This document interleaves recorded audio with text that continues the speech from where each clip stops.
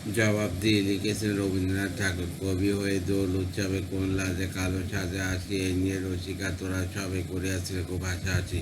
চৈত্রের তোয়াল প্রিয়াঙ্গনে আমার জবাব দিয়ে চাই, এই দাবি তোদের ছিল মনে, কাজ ফেলে আসি তাই।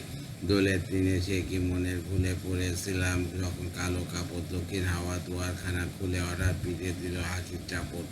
সকালবেলা বেড়ায় খুঁজি খুঁজি কোথায় সে মোর গেল রঙের ডালা, কালো এসে রাজ লাগালো বুঝি শেষ বরের অঙ্গহরণের পালা।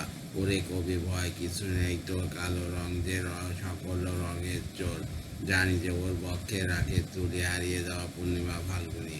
অস্তবের রঙের কালো চুলি রসের শাস্তে এই কথা কত শুনি। অন্ধকারে অজানা সন্ধান অসীম লোকের সীমাবিহীন রাতে, রঙের দিশা বহন করি প্রাণে, চলবো যখন তারার ইশারাতে। হয়তো তখন শেষ বয়সে কালো করবে বাইরে আপন গ্রন্থি খুলি, যৌবনদীপ জাগাবে তার আলো, ঘুম ভাঙা সব রাঙা পোর বলি। কালো তখন রঙের দিবালিতে সুর লাগবে বিস্মৃত সঙ্গীতে।